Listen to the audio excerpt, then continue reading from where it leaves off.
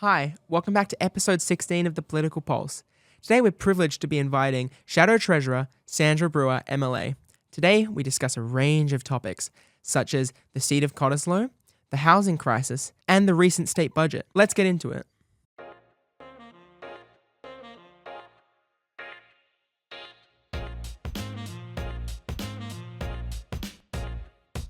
So I guess, who is Sandra Brewer?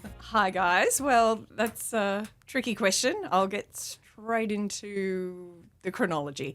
So I grew up on a dairy farm.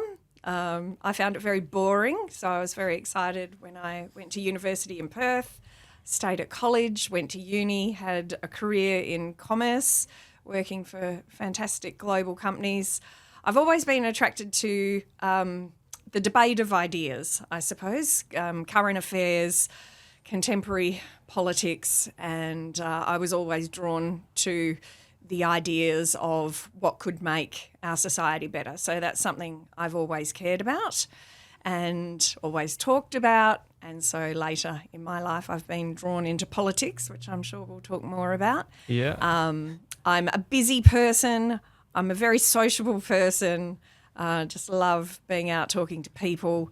And I'm a mum of 3 boys who are about as old as you or a bit older.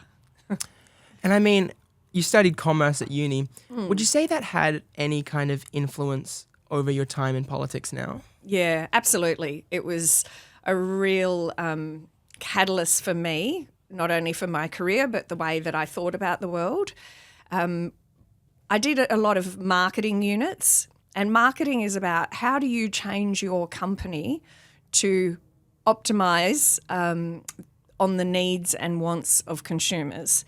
And the companies that were able to best change their product or change their service or pricing strategy are the ones that would be successful.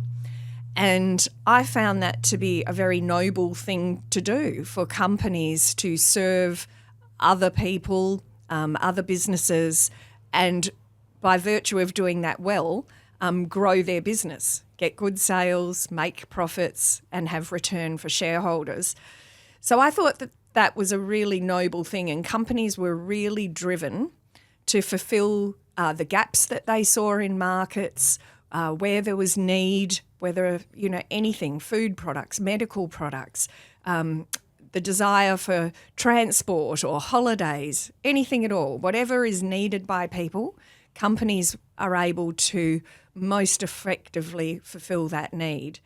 And I'm sure our conversation will turn to the role of government, but by comparison, I suppose I see government as largely inefficient, slow, and unable to match the ability of private business to meet needs. And I think adding on to that, do you think that you can better represent people by having an outside experience to Parliament rather than being a full-time, lifelong politician? Yeah, great question, because the Parliament is actually quite full of people who've got straight out of uni. They've gone and worked for a union, particularly on the Labor side, obviously.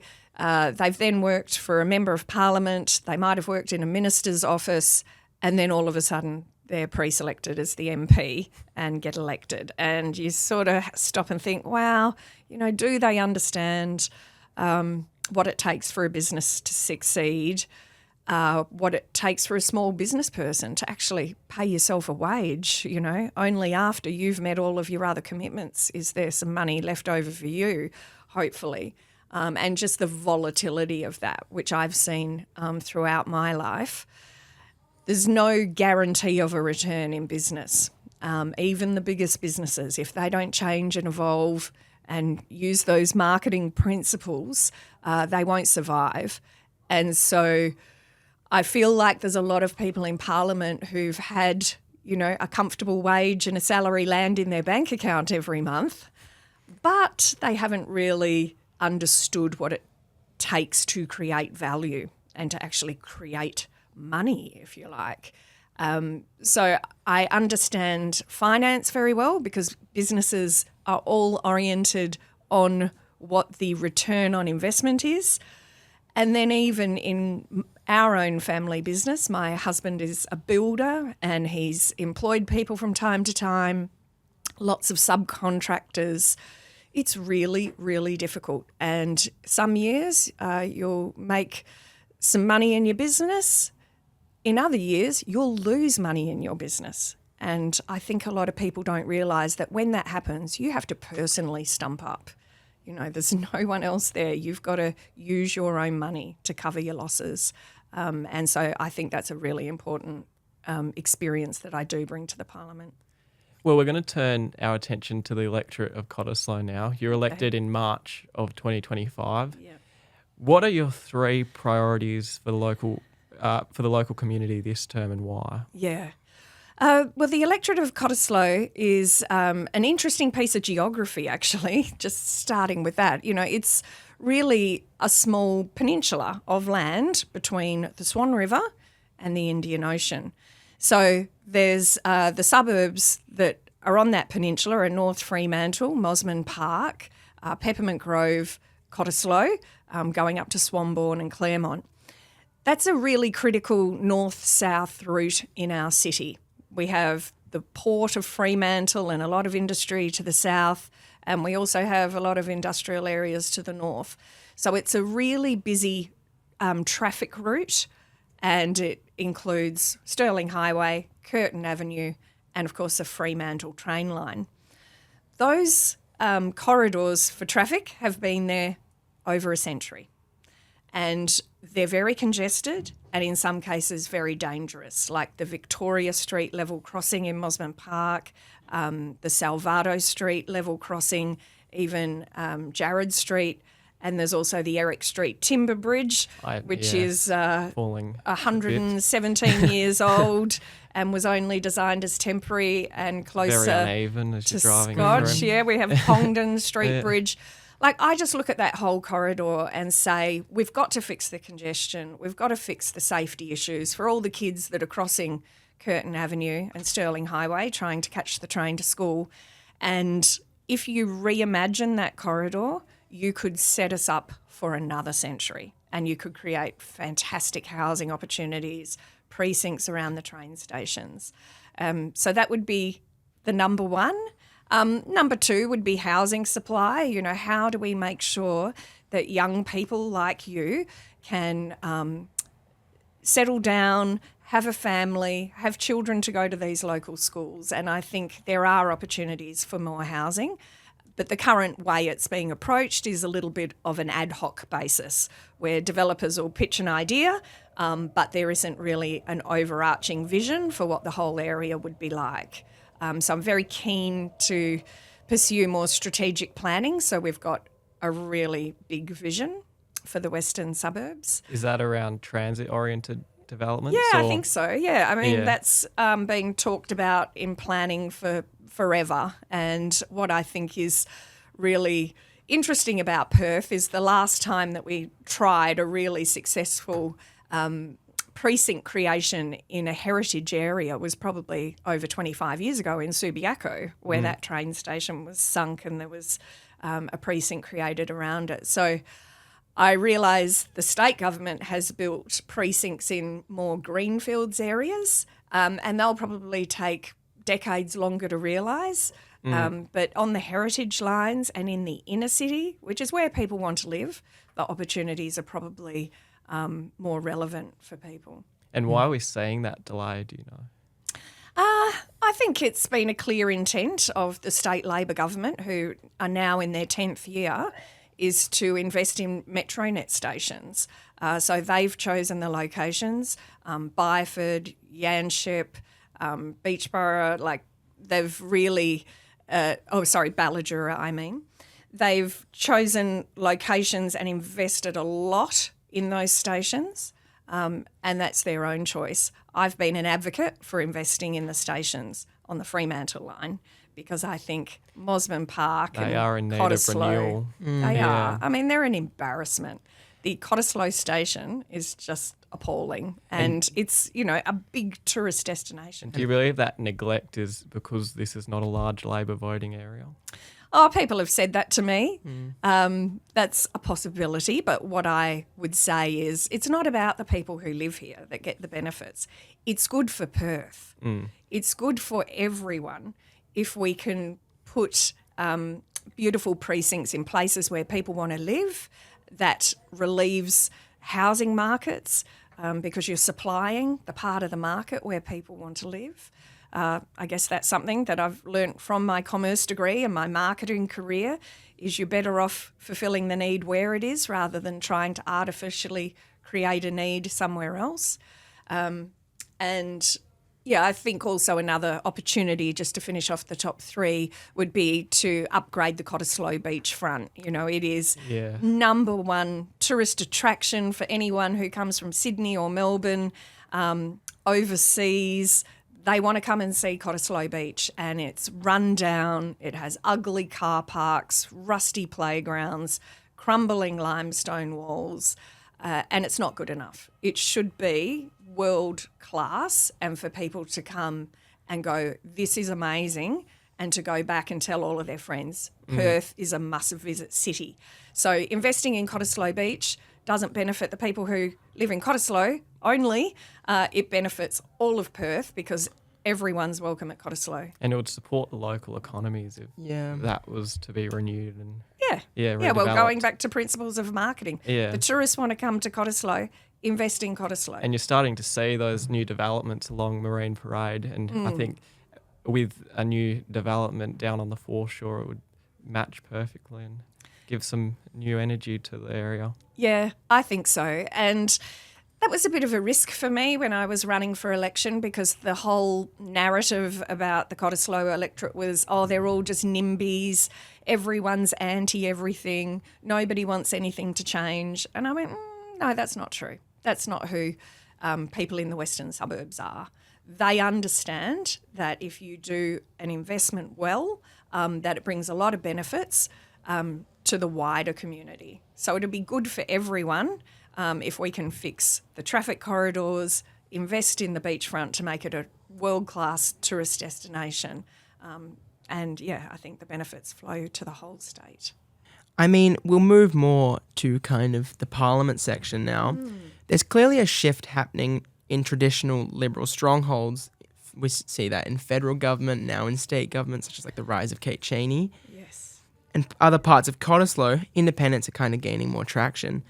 What's that telling you about voter sentiment? And how is the Liberal Party and you personally adapting to this change? Yeah, it was a very different election for me in Cottesloe compared to what any other Liberal candidate experienced in the state. First of all, Labor just left it alone, didn't participate at all, didn't appear at pre-poll on election day, so they were quite happy to leave the contest between me, and the Liberals have always held the seat in the state parliament, and 4 other contenders.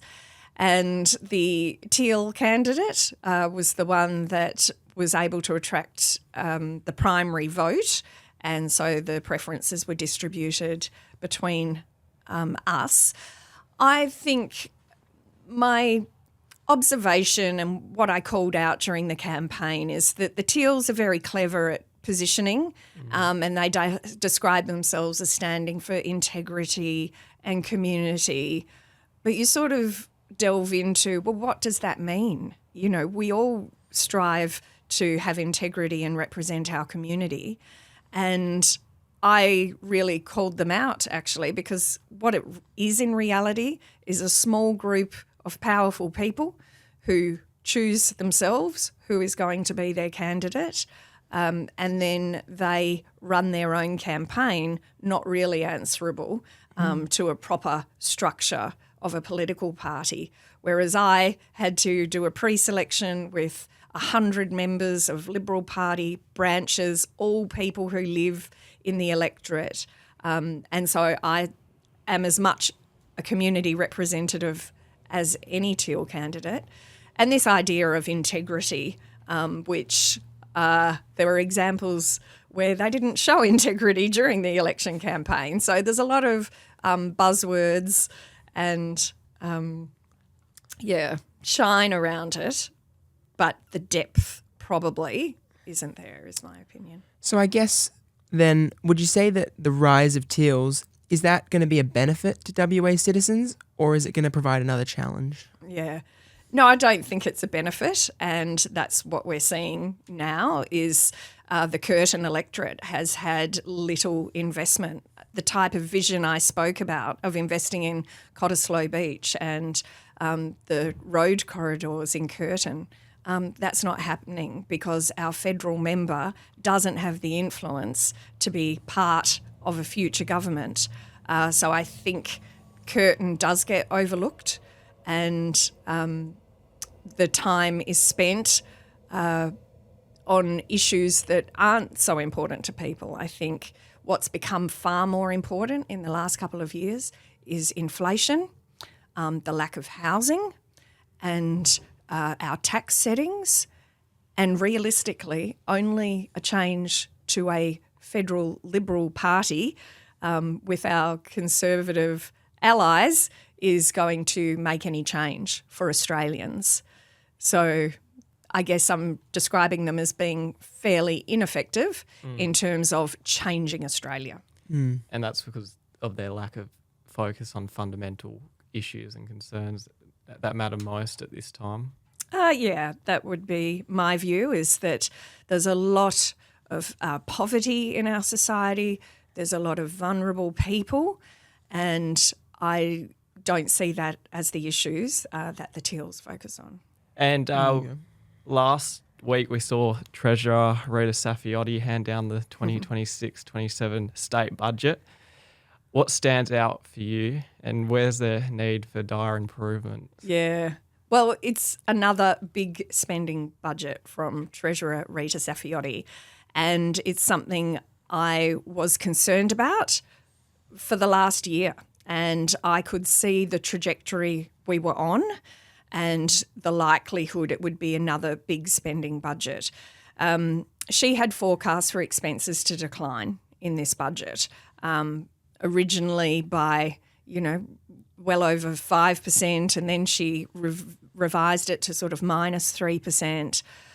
But the way that the government was making decisions made me think this is not going to happen. And what do you know? Turns out expenses are going to be up 6.7% in this year. That's the forecast estimate. For next year, 26-27, going up by 6.9%. Now, they're really big spending growth. I mean, just think about it in the context of your own family. If you were spending that much more every week, you'd be in a bit of trouble. So it's big spending, and the problem with that is that it drives inflation. And we've had really bad inflation in WA. We were the worst inflation in Australia in Perth in February at 4.9%. We had high inflation in January. And the Treasurer used her budget speech to say inflation had been caused by the fuel crisis. But we had made in WA inflation well before the fuel crisis. So that's something that I've called out. And inflation is a terrible thing in society because it just makes people poorer.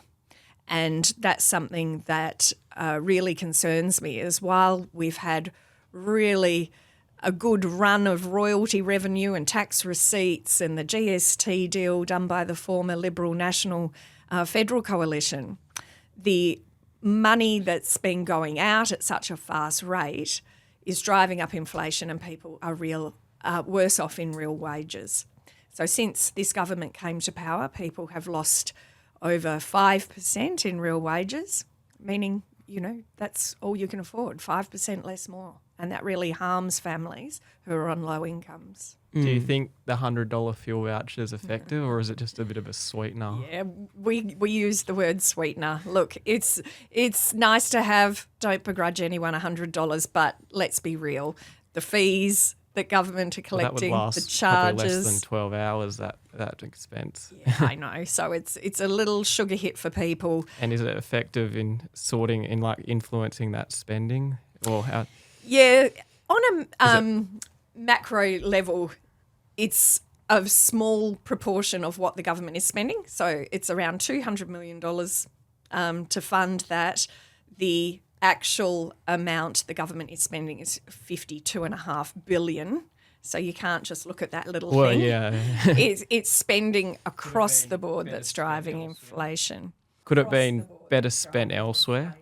I think it could have been better utilised to slow inflation by the government reducing fees and charges by $100. That's more likely to be money saved by people, and rather than $100 that they're motivated to go out and spend. And you can spend it anywhere, can't you? Yeah, that's it.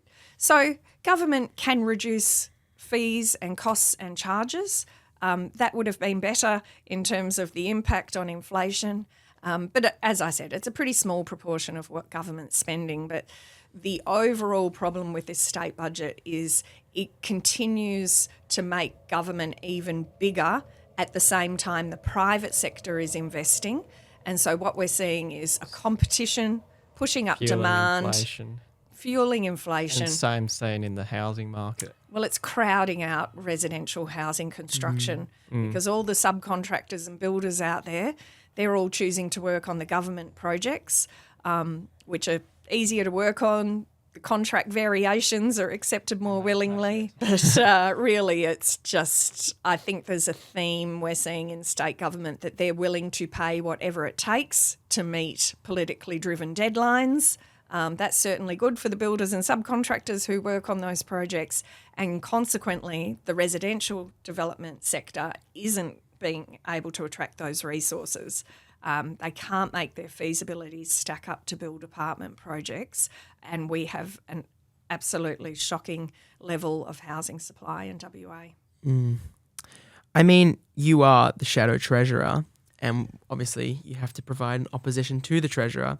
So what is the role of the Shadow Treasurer when it comes to the budget, and why does it matter so much? Yeah.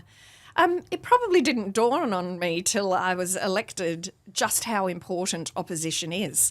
And it's a feature of our Westminster system of parliament that you always have one party that's governing and one party that's opposing. And by putting that pressure on the government, it makes governments better. And so when you hear people say, oppositions just complain all the time, it's like, well, it's literally our job. So my job is to scrutinise, is the Treasurer doing a good job? And my genuine view is no, absolutely not. She is not doing the right thing for the economic circumstances that we're in. In fact, she's making it worse and continuing to hollow out residential construction, which means housing costs will continue to rise. So it was easy to take that position because I truly believe it. It's been a government that has had the money, but they've made the wrong choices, and now Western Australians are worse off. And I know we've touched on it briefly a few minutes ago, but we're going to look towards the government's current focus. Do you think the government's current focus is addressing the fundamental concerns of Western Australians right now? Well, they've had a belated realisation that they haven't focused on what is really important to people out there, which is housing and health and hospitals and schools. And after 8 years of really investing everything into transport and road projects, the MetroNet program, which was promised at around $3.5 billion when they were elected, has ended up being closer to $15 billion. And during the time that they were doing that, there was nothing of substance happening to build hospitals in particular. So this Labor government haven't delivered a hospital in 10 years. So now it's a game of catch-up, and they're desperately pouring money into the health system, and there's been lots of high-profile headlines about that. And they are trying to do more in housing by spending a lot of money to unlock infrastructure, but also becoming a developer themselves, really, in the metropolitan area, which is quite unprecedented. So it's a government that's very quickly trying to catch up, and I think they've made it very difficult for themselves because all of the capacity in the market, construction, civil works, it's very, very constrained. And they're trying to do a lot of other things at the same time as well, which is to diversify the economy, invest in renewable energy transition.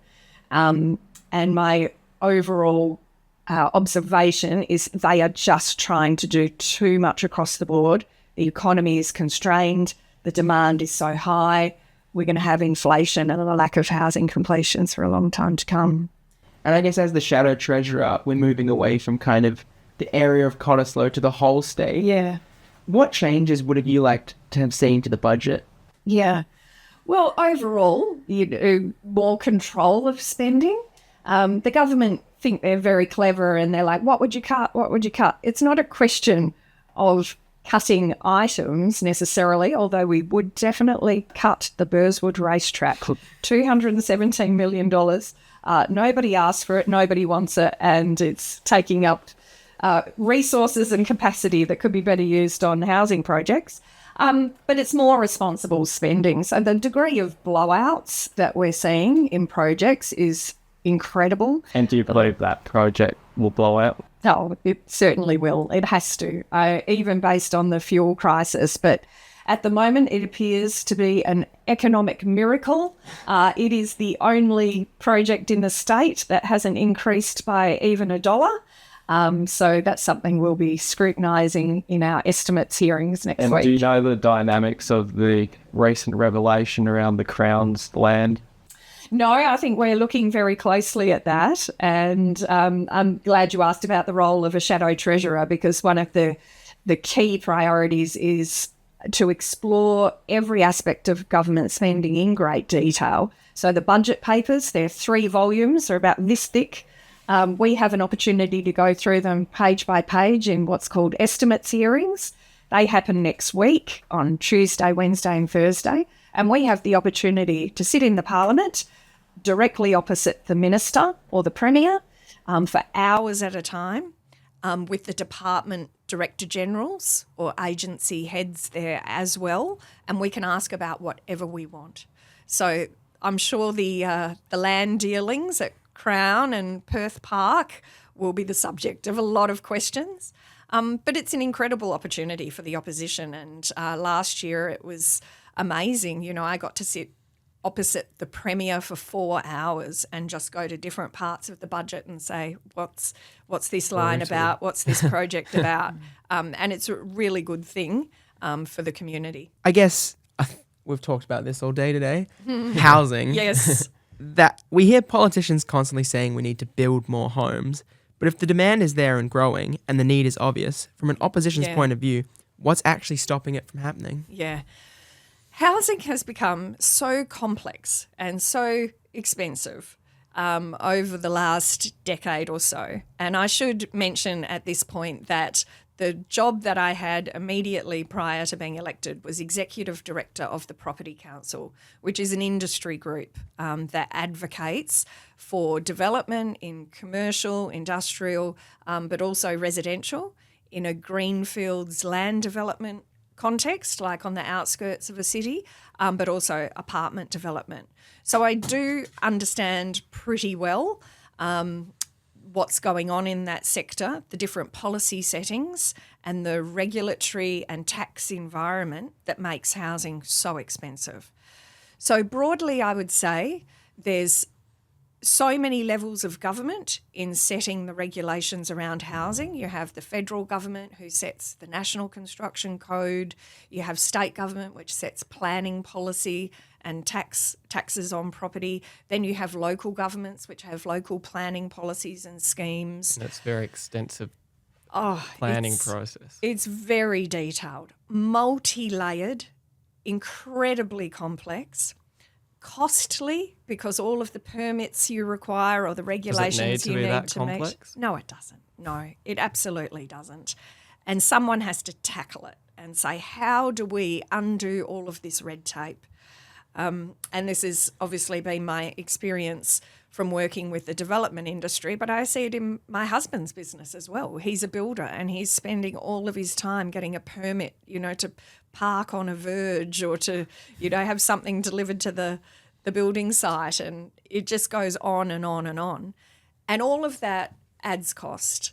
Another constraining factor that adds to the cost of housing in WA is the rollout of government utilities. So you have to have the sewage pipes put in, the water connected. Western Power needs to come and put power through the site.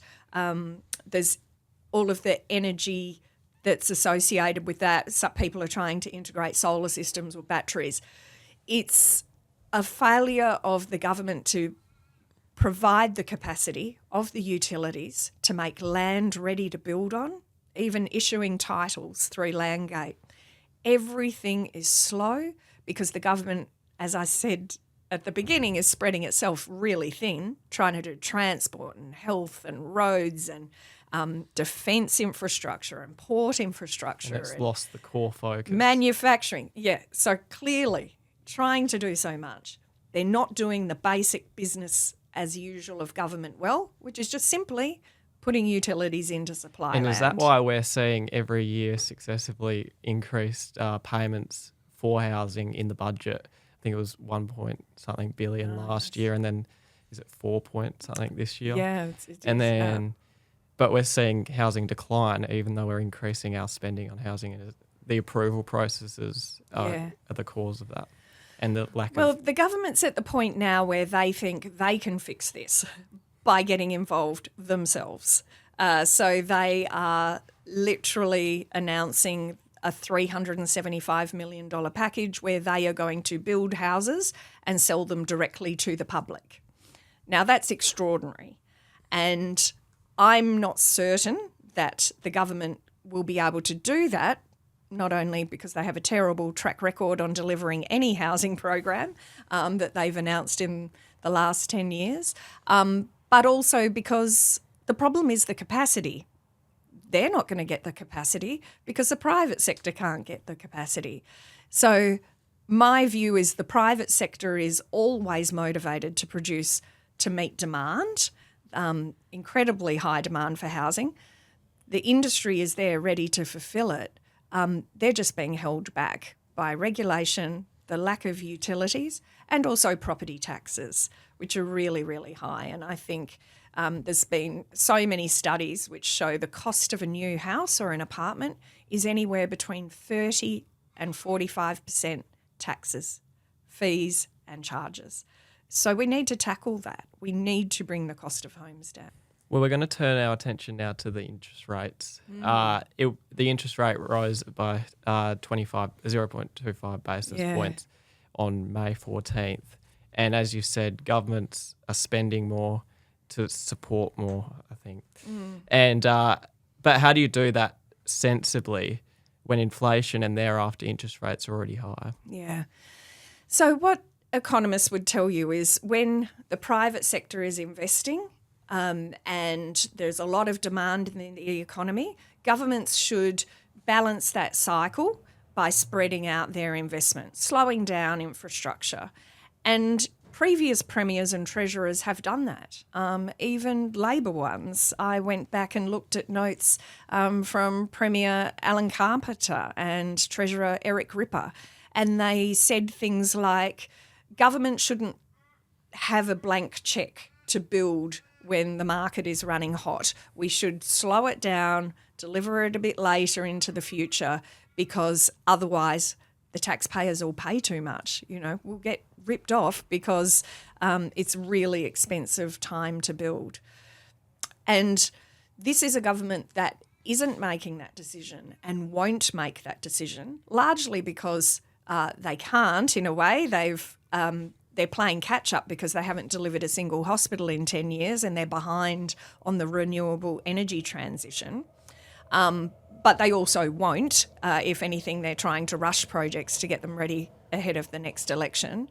And that's bad for everyone because it drives up inflation. And as we know, the Reserve Bank has an imperative to keep a 2 to 3% band, and so they keep putting interest rates up to try and slow the economy.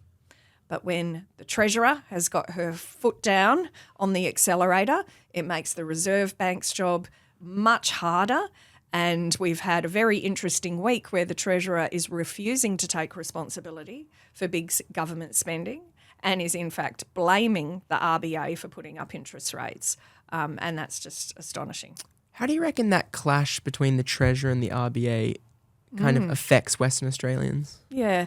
Well, I think Western Australians are absolutely onto it and didn't accept the Treasurer's view that it's the fuel crisis that's caused inflation. We had the highest inflation in the nation in Perth before the fuel crisis began, and people know that. And I think that the way that this state budget has landed with the media and the general public is that they know and they don't believe the Treasurer when she blames the fuel prices and blames the RBA for putting up interest rates. And my view, and I think it's commonly held, is that this has been a bad state budget and hasn't reflected well on the Treasurer's choices. And I mean, looking forward, if you were to deliver the next budget in Western Australia following the 2029 state election, what would you do differently in your approach, and how would it be similar to the Labor's currently? Yeah.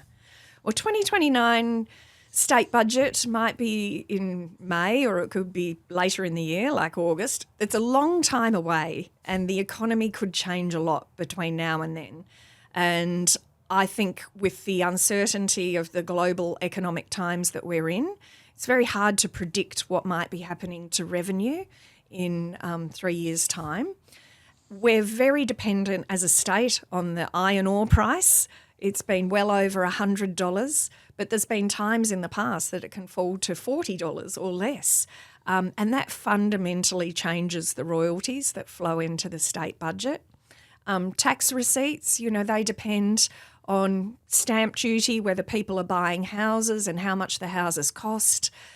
And if just a couple of things went wrong, like iron ore demand or prices, property taxes, payroll tax declining if there's a little bit of unemployment in the economy, I think we could see revenue falling and it'd be a more difficult budget to deliver. But fundamentally, what I would like to see is the state government being less interventionist, trying to do its own projects and enabling that private market to have capacity. So my budget decisions would be around what are the government programs that are costly to administer, aren't adding any value. How can we make sure that we free up capacity and the public service to really work on the things that are more effective?